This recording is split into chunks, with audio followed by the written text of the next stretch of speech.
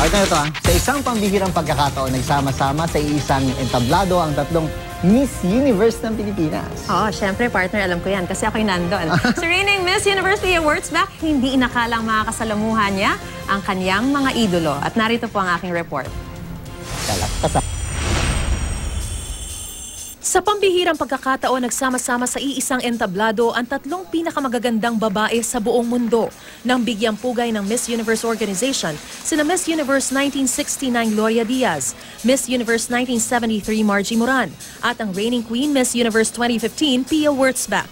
Napakalaking karangalan ang iniuwi ni Gloria Diaz, Margie Moran at Pia Wurtzbach para sa bansa ng tanghalin silang Miss Universe sa kani-kanilang panahon. Ang pagbibigay pugay sa tatlong itinuturing na Filipino royalty sa gabing ito ay paraan lamang ng pagbabalik din ng karangalang ito sa kanilang hindi matatawarang tagumpay na ibinigay sa ating bansa.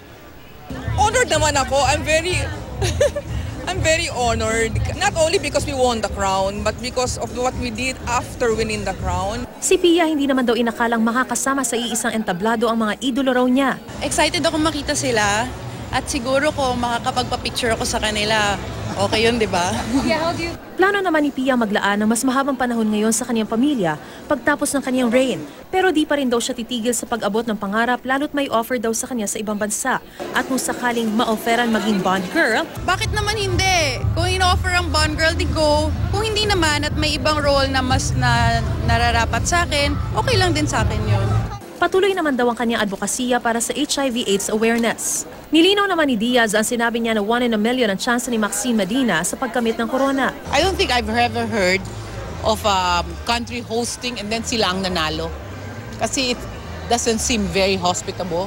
Iba naman ang pananaw ni Moran dito. It's destiny. I mean, it's meant for you. Even if it's in your home country, it's going to go to you. Dinaluhan din ang okasyon ng 20 sa mga kandidata ng Miss Universe 2016.